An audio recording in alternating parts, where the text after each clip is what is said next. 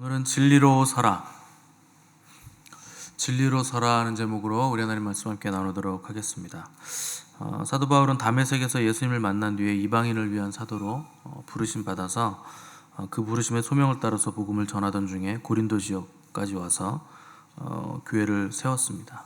그 고린도에 복음을 전할 때 말의 언변이나 뛰어난 능력, 철학적인 논리 이런 것으로 전하지 않고 있는 그대로의 십자가 복음을 전해서 교회를 세웠는데, 그때 만일 다른 사역자가 복음을 전해서 고린도 지역에 교회가 있었다면 아마 바울은 자신이 세운 철칙에 따라서 다른 지역으로 이동을 했을 겁니다.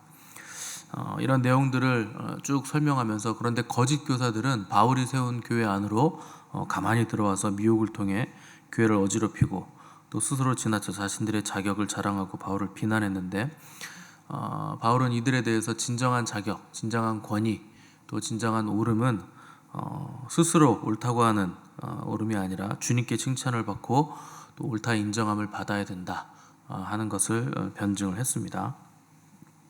그래서 진정한 옳음이라는 것은 우리가 옳다고 우겨서 옳은 게 되는 게 아니고, 진정으로 유일하게 옳으신 분, 주님을 높이고 그분의 영광을 위해서 모든 일들을 행할 때 그 사람의 옳음이 인정이 된다 하는 것이죠. 그래서 그 사람이 참된 목자인지 거짓 목자인지, 또 참된 선지자인지 또 거짓 선지자인지 어떻게 분별하는가? 하나님의 영광을 진정으로 중요하게 생각하는가, 그것을 보는 겁니다. 그래서 하나님의 영광보다 다른 걸 중요하게 여기는 것은 거짓권이다 하는 것이죠. 그래서 고린도 교회들이 미혹에 빠진 이유는 거짓 선지자들이 무엇을 높이고 어떤 권위를 가지고 있는지 분별할 분별력이 없었기 때문에 미혹에 빠진 것인데, 하나님이 누구신지도 모르고 하나님의 영광도 모르기 때문에 미혹에 빠졌다는 거죠. 이런 일들은 오늘날에도 늘상 교회 안에서 일어나는 일들입니다. 그래서 참되고 옳은 권위, 참된 그 옳음은 그가 진정으로 하나님만 높이는가, 그것을 보는 겁니다. 근데 교회가 자꾸 이제 세상적인 가치관을 가지고 들어오는 거예요. 그래서 사람이 어떻게 그럴 수 있느냐, 그래도 그렇게까지 하면 안 되지 않느냐, 또 교회가 세상에 본이 되어야 되고 빛을 드러내야 된다고 하니까 세상에 이제 모범이 되고 세상과 타협하고 친해져야 된다는 걸로 자꾸 착각하시는 분들이 계신데, 그런 건 안 되는 겁니다. 세상과 타협하고, 우리가 세상이라는 그 바다에 떠 있는 배이긴 하지만 세상의 물결이 교회라는 배 안으로 들어와서는 안 되는 거죠. 그래서 우리가 본이 되고 빛을 나타내야 되지 않느냐, 그럴싸한 말들을 하면서 타협하시는데, 하나님은 그런 인간의 자의식들, 지식들을 다 무너뜨리십니다. 가나안 땅의 악한 족속은 다 멸해야 된다. 그러면 그거 너무 잔인한 거 아니냐, 이렇게 얘기하죠. 아말렉을 사람뿐만 아니라 짐승까지도 다 멸해라 했을 때 사울은 그걸 남깁니다. 그게 마치 인간적인 것 같고 괜찮은 사람인 것 같겠지만, 하나님이 요구하시는 건 진멸이에요. 왜 진멸이냐? 그게 암세포와 같은 겁니다. 놔두면 그 사람들이 우리를 거룩하지 못하게 미혹하고 우상숭배로 끌고 가고 타협하게 만들 것이기 때문에 하나라도 남기지 말고 싹 다 진멸하라는 거죠. 근데 우리는 고상하기를 원합니다.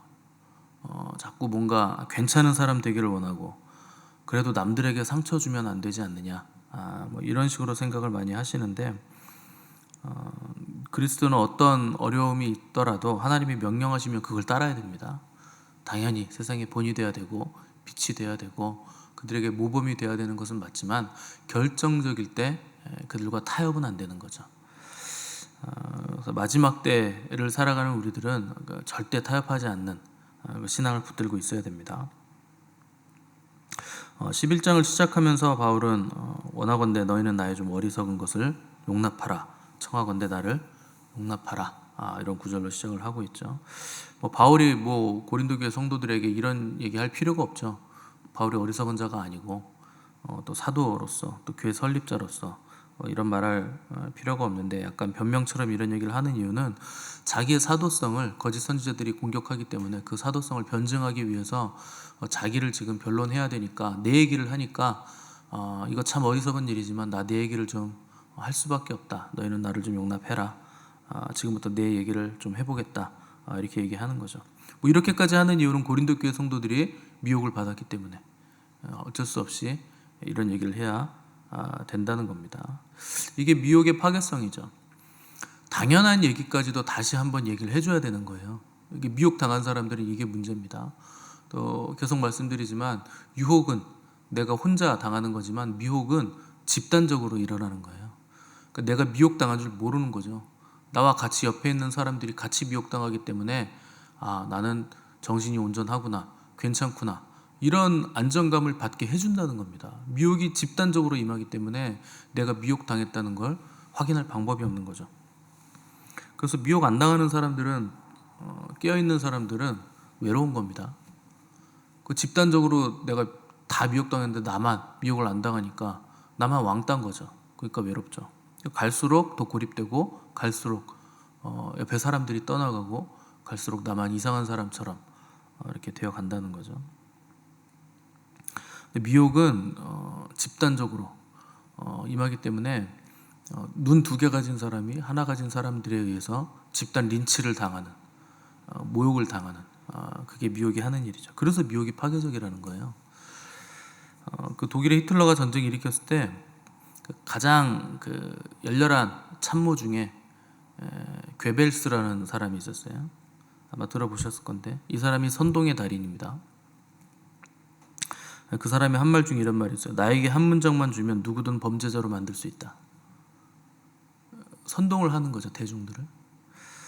가장 유명한 말은 이거예요. 선동은 문장 한 줄로도 가능하지만 그것을 반박하려면 수십 장의 문서와 증거가 필요하다. 그리고 그것을 반박하려고 할 때면 사람들은 이미 선동당해 있다. 진리를 증거하는 데는 굉장히 많은 증거와 자료와 설득이 필요한데 그것을 다 하고 나면 사람들은, 대중들은 이미 선동이 다 끝나 있는 거예요. 그만큼 진실을 말하는 건, 증명하는 건 굉장히 어려운데 거짓을 가지고 대중들을 선동하는 건 쉽다. 미혹하는 건 굉장히 쉽다는 거죠. 그러니까 말이 좋아서 선동이지 거짓이죠. 근데 거짓이 아님을 반박하려면 굉장히 오랜 시간에 걸쳐서 수많은 증거와 문서와 사진과 논리들이 필요한데 다 준비해서 설득하려고 하면 이미 대중은 선동당해서 상황은 끝나 있다. 이게 미혹과 선동의 특징이라는 겁니다. 그러니까 당시 괴벨스가 히틀러하고 손을 잡고 대중을 선동할 때 수단 방법을 안 가렸습니다. 그렇게 선동을 하면 사람들은 진실이 뭔가 하는 것은 신경을 안 씁니다. 이미 그 선동당해서 그 반대편에 있는 사람들을 악마화시키고 악으로 규정하고 자기들이 옳다고 몰아가기 때문에. 그래서 게벨스가 이런 말도 했어요. 글과 그림의 목표는 정보를 제공하는 게 아니라 대중에게 불을 지르고 박차를 가해서 몰아가는 것이다. 그래서 이 게벨스가 당시 언론을 장악해서 가짜 뉴스를 끊임없이 만들어냈습니다. 여러분, 오늘 정치인들이 하는 일이 다 이거 따라 하는 거예요. 이게 굉장히 효과적이고 빠릅니다, 방법이. 그래서 여러분들도 미디어에서 뭐 몸에 좋다 그러면 그날 그게 다 동나잖아요. 사람들이 몰려가서 그거 사잖아요. 그럼 몇 년 뒤에 그런데 그게 몸에 암을 유발한다. 그럼 이제 또 그걸 또 악마화시키죠. 이게 여러분들이 그 미디어에 선동당하는 방식입니다. 그러니까 뭐가 진실인지 뭐가 참인지 알 수 없게 만드는 거예요. 제가 지금 정치 얘기하는 거 아닙니다. 진리와 거짓 얘기하는 거예요. 왜 선동당하는가? 거짓이 우리를 그렇게 미혹하기 때문에. 그리고 우리나라 사람들이 특별히 이거에 약한데 다수가 주장하는 것을 거스리는 것에 대해서 굉장한 공포를 가지고 있는 사람들이 우리나라 사람들이에요. 내가 다수에 속해 있지 않으면 굉장히 부담스럽고 무서운 거죠. 두려운 거죠. 그래서 소수가 되는 것에 대한 두려움이 우리나라의 민족성상 굉장히 취약한 구조를 가지고 있는 겁니다. 그래서 대중들이 선동당하는 거예요. 모두가 얘라고 할 때 혼자 아니오라고 말할 수 있는 용기가 없는 거죠. 그래서 미혹당하고 선동당한다. 근데 여러분, 선동을 하는 사람도 악하지만 선동당하는 사람도 악한 겁니다. 선동당하면 무슨 죄가 없을 것 같죠? 그 죄가 있어요. 바울이 진리를 전했습니다. 진리를 전했는데 그 진리를 받아들여서 예수 그리스도를 믿고 신앙생활을 해나가고 있는데, 거짓을 말하는 사람들이 들어오니까 곧바로 급격하게 흔들리는 거예요. 그리고 바울을 공격하더라는 거예요. 어떻게 이런 일이 일어납니까? 진리를 말하는 진리의 사도, 예수 그리스도가 보낸 사도에 대해서 어떻게 공격을 합니까? 그것도 교회가? 그럴 수 있는 거예요. 왜 그러냐? 대중들은 자기가 듣고 싶어하는 말을 해주는 사람의 말을 듣습니다. 그래서 죄가 있다는 거예요. 미혹당하는 사람들에게. 거짓의 말을 받아들이고 미혹당했다. 내가 듣고 싶어하는 말이 거짓 가운데 있더라는 거예요. 그러니까 미혹을 당하는 거죠. 그래서 거짓 선지자들이 달콤한 말을 할 때, 사탕 발림을 할 때 거기에 쏠락 넘어가는 거죠. 거기에 내가 듣고 싶어하는 말이 있으니까, 내가 원하는 게 그 안에 있으니까. 그래서 디모데후서 4장 3절 보시면, 마지막 때에 사람이 바른 교훈을 받지 아니하며 귀가 가려워서 자기의 사욕을 따를 스승을 많이 둔다. 바로 이렇게 기록했습니다. 귀가 가렵다는 건 뭡니까? 내 귀를 시원하게 긁어주는 말 해주는 사람을 스승으로 둔다. 많이 둔다는 건 이 사람한테 가서 이 말 듣고 저 사람한테 가서 저 말 듣고. 그래서 자기가 듣고 싶은 말 들으면서 우리 목사님이 하는 말이 아닐 수도 있겠는데, 이제 이런 생각이 들기 시작하고, 그러다가 나중에는 이제 공격을 하고 다른 데로 가는 거죠. 내가 해주는 말 하는 사람한테 가는 거죠. 거짓 스승들은 양을 잘 꼬드깁니다. 듣고 싶은 말 잘 해줘요. 은혜가 충만해요. 다 잘 될 거예요. 그 정도는 괜찮아요. 하나님은 사랑이시기 때문에 우리가 지옥 가는 거 원치 않으세요. 다 천국 가요. 믿기만 하면 돼요. 그건 뭐 하나님이 당연히 우리가 천국 가기 원하지 지옥 가기 원하겠습니까? 뭐 당연한 말씀을 그렇게 심각하게 열심히 하세요? 문제는 마귀가 우리를 지옥 가길 원한다는 거예요. 하나님은 당연히 다 천국 가길 원하시죠. 그 애굽의 포로였던 이스라엘이 출애굽해서 자유인이 되는데, 바벨론에 의해서 멸망하면서 다시 또 포로가 됩니다. 예레미야가 70년간 살아야 된다 했을 때 예루살렘에 하나냐라는 거짓 선지자가 등장합니다. 그래가지고 포로로 끌려가긴 했지만 2년 만에 다시 돌아오고, 느부갓네살 왕이 가져갔던 성전 기명들도 전부 2년 만에 다시 성전으로 다시 되돌아온다, 이렇게 거짓 예언을 합니다. 놀랍게도 사람들이요, 예레미야는 때리고 가두고 막 핍박해요. 그리고 거짓 선지자들의 말에 열광하죠. 왜 그랬을까요? 예레미야는 70년 동안 채워야 된다 얘기를 했고, 예언을 했고, 하나냐는 2년 만에 끝난다 예언을 한 거죠. 여러분은 어떤 선지자에게 열광하시겠습니까? 이런 상황이시라면. 우리나라가 전쟁이 나가지고 북한이 쳐내려왔어요. 그래가지고 이제 다 끌려갔어요. 북한으로. 아오지아요. 다 아오지 행으로 가는 거죠. 얼마나 힘들겠습니까? 아오지 탄광에서 맨날 석탄 캐고 그 중노동 하면서 피죽도 못 먹고, 그거를 지금 1년 했어요. 근데 대단한 선지자가 일어나가지고 1년만 더 있으면 돌아온다, 회복된다. 근데 제가 70년 해야 된다. 그럼 여러분 누구 말 듣겠습니까? 다 2년짜리 세탁하는 거예요. 몸이 너무 힘든데요? 고통스러운데? 그러니까 내가 듣고 싶고 내가 원하는 것에 부합하고 내 귀에 캔디예요? 그거 뭡니까? 달콤한 말 해주는 사람, 그 말 따라가는 거예요. 그러니까 온 백성이 하나냐의 거짓 예언에 다 열광하고, 예레미야는 막 가둬놓고 때리고 그렇게 한 거죠. 원래 구약시대 대표적인 리더십이 두 사람입니다. 제사장하고 선지자. 그러니까 제사장은 하나님께 나아가는 사람이고, 선지자는 하나님의 말씀을 받아가지고 백성들에게 오는 사람이에요. 역할이 약간 다르죠. 그러니까 선지자는 하나님의 말씀의 권위를 가지고 오기 때문에 백성들에게 굉장한 존경을 받는 사람입니다.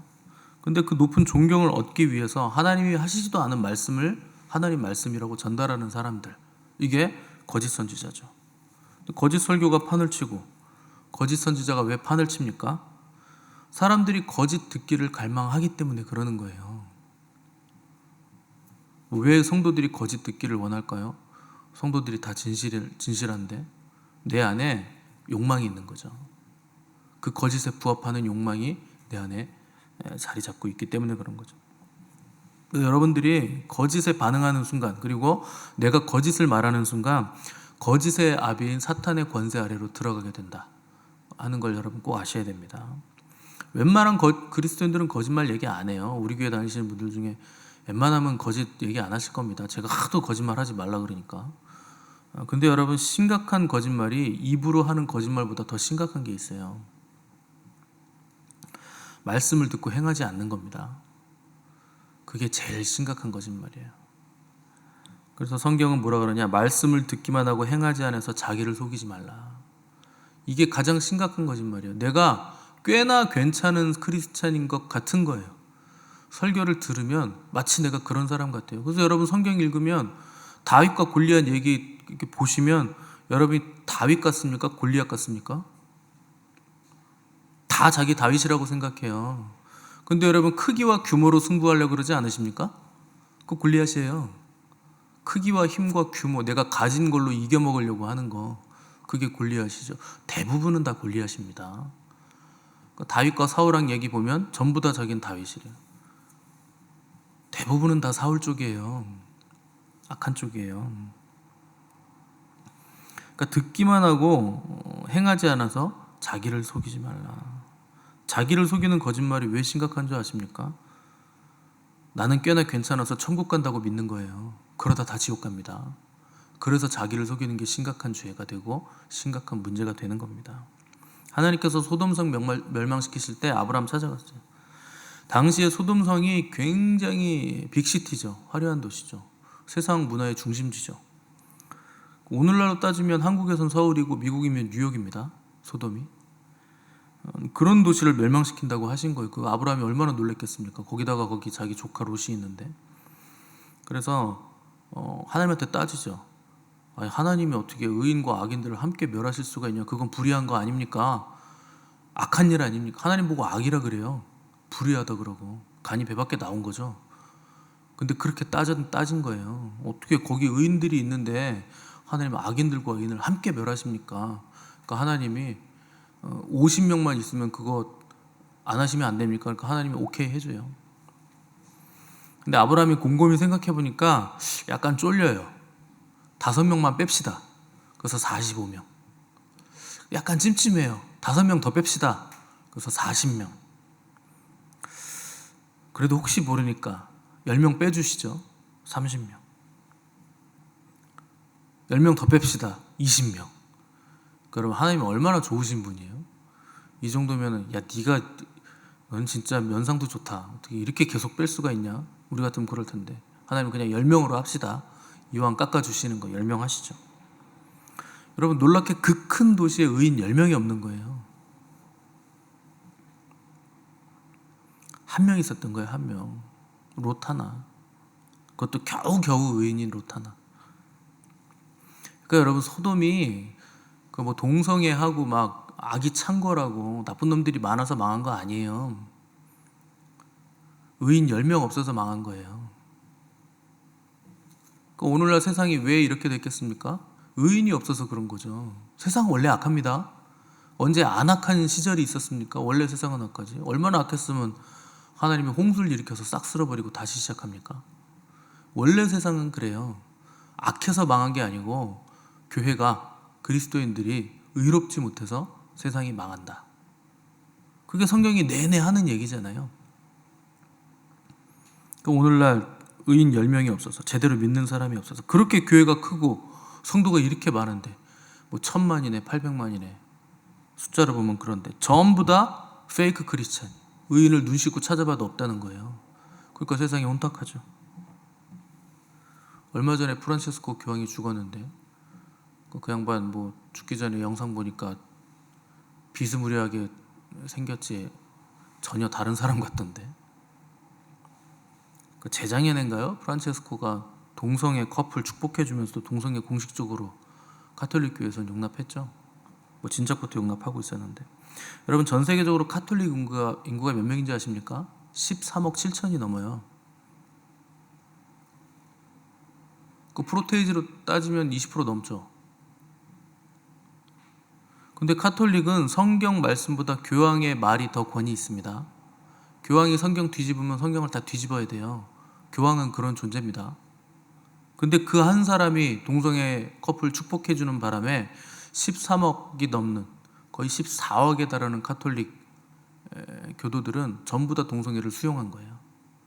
교황의 말에 다 수긍하는 거죠. 교황의 말이 성경보다 더 위에권이거든요, 가톨릭에서는. 이게 거짓 선지자의 파괴성입니다. 그 13억 7천 명의 사람들은 동성애 받아들이는 가치관을 가지고 살면 다 지옥 가는 거예요. 동성애가 그게 뭐 용서받을 수 있는 죄입니까? 그것 때문에 소돔이 멸망할 직접적인 이유가 됐었는데, 근데 그 많은 가톨릭 인구 안에 단 한 명도 그게 잘못됐다고 말하는 사람이 없는 거죠. 교황의 말이 절대적이니까. 여러분, 이게 거짓 선지자의 파괴성이에요. 설교 말씀 듣고 목사님 좋은 말씀 잘 들었습니다. 정말 그런 것 같아요. 진짜 말세 같아요. 뭐 이런 말 하시는 분들 계신데, 그렇게 말만 하고 끝나는 거 아무 소용없어요. 지적인 동의하는 건 누가 못합니까? 이 지당하신 말씀 그래야죠. 여러분, 교회 안에 있는 사람들은 다 그렇게 얘기합니다. 다 그렇다고 얘기하고, 하기 바랍니다 그러면 아멘, 이건 잘해요. 다 아멘을 잘한다고 말씀에 순종하는 거 아니잖아요. 아멘 뒤가 중요하죠. 그렇게 아멘하고 나가서는 어떻게 살 건데요? 그게 중요한 거죠. 듣고 싶은 것만 듣고 보고 싶은 것만 보면 다 미혹당하는 겁니다. 말로만 아멘 아멘 그렇게 하다 다 미혹당하는 거예요. 어떤 분들은 그냥 빈말이라도 예수님 믿기만 하면 천국 가는 건 따놓은 당상이고, 이 땅에서도 물질 축복받고 자손 축복받고 건강 축복받고 장수한다고 한 번만 얘기해 주시면 안 돼요? 저는 죽었다 깨어나도 그렇게 얘기는 못합니다. 뭐 천국 가는 거 따놓은 당상이 어디 있어요? 치열하게 싸우면서 가는 거지. 전당포입니까? 뭐 맡겨놨어요? 천국을? 믿으면 행함이 나와야 돼요. 천국 갈 만한 믿음을 가졌으면 천국 갈 만한 행함이 반드시 수반됩니다. 거룩하고 정결한 삶을 살아요.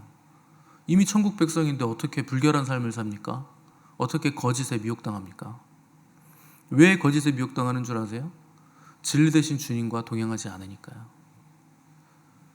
진리 되신 주님과 항상 함께 있고 동행하면 진리가 아닌 거 금방 분별이 될 텐데, 내가 진리 되신 주님을 잘 아니까 금방 알 수 있는데, 내가 동행을 하지 않으니까 이러면 이런 것 같고 저러면 저런 것 같고, 그래서 미혹당하는 거예요.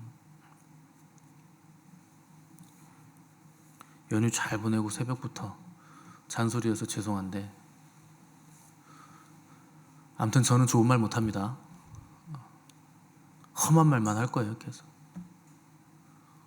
어제 꿈에 한 20명 앉혀놓고 제가 막 얘기를 하고 있는데, 앞에 줄에 있던 사람들 벌떡 일어나서 다 나가고, 밖에서 창문 열고 누가 막 들어오더니 자기 가족들 싹 데리고 나가더라고요. 한 10명 남았나? 10명도 안 남은 것 같아요. 그러니까 뭐 10명 안 남을 거 저는 압니다. 제가 계속 이런 식으로 하면 지금은 여러분들이 괜찮죠. 이제 환란이 오고 진짜 계시록에 그 말씀된 시대가 이제 눈앞에 와 있는데, 이제 곧 시작합니다. 진짜 곧 시작해요. 여러분 뉴스를 잘 보십시오. 이제 통제 시대 막 이런 것들이 막 열리기 시작하고, 다 망하고, 이제 좀 있으면 전쟁의 소식들이 막 들려오고 이런 시대가 되는데, 막 정전도 막 일어나고, 그럼 여러분 이제 막 뭐 사지도 못해요. 전기 나가보세요. 신용카드 뭐 긁을 수 있어요? 현금 없으면 사지도 못하고, 이제 그런 시대가 되고, 뭐 약탈이 일어나고 이런 시대 돼 보십시오. 안 그럴 것 같죠, 여러분? 금방 그런 시대 와요. 그래야 주님 오시기 때문에. 주님 오실 날 다 됐는데, 여러분들 가족 때문에 타협할 것이고, 먹고 사는 문제 때문에 타협할 것이고, 다른 사람들이 내 귀를 막 이렇게 시원하게 해주는, 꼭 그렇게까지 살아야 구원받는 거 아니다, 이런 얘기로 여러분들을 미혹할 것이기 때문에 다 도망갈 겁니다. 그래서 저만 남겨놓고 다 떠나가실 거예요. 10명도 안 남더라고요. 그래서 주님이 마지막 때 내가 믿음을 보겠느냐? 주님도 그러셨어요. 진실하게 믿는 사람들 얼마 없다는 거죠. 우리가 지켜내야 될 것은, 우리는 무슨 진실을 밝혀라 이런 사람들이 아니에요. 우리는 진리를 추구하는 겁니다. 진실이 뭐가 중요합니까? 진실이 그냥 사실인 거고, 당연히 그리스도인의 삶은 사실에 입각한 삶이어야 되는 거죠. 진실 정도가 아니라 영원하고 항상 있는 진리의 말씀, 우리는 그걸 따라가는 사람들이에요. 진리로 충만한 사람은 그 어떤 것에도 선동되지 않습니다. 진리 대신 주님과 동행하면 진리 아닌 거 쉽게 분별이 가능하기 때문에, 그래서 우리 주님만 진리시고 그분의 말씀만이 진리의 말씀인 것을 날마다 동행하심으로 아셔야 되는 거예요. 그래서 그 놀라운 진리의 말씀을 듣기만 하고 자신을 속이는 자가 되지 마시고, 그 말씀을 항상 읽고 듣고 체험하고 동행하심으로, 또 그것을 기록한 것을 지켜 행하심으로 구원의 복을 받으시는 복된 남은 자가 되시는 저 여러분 되시기를 간절히 바랍니다. 함께 기도하겠습니다.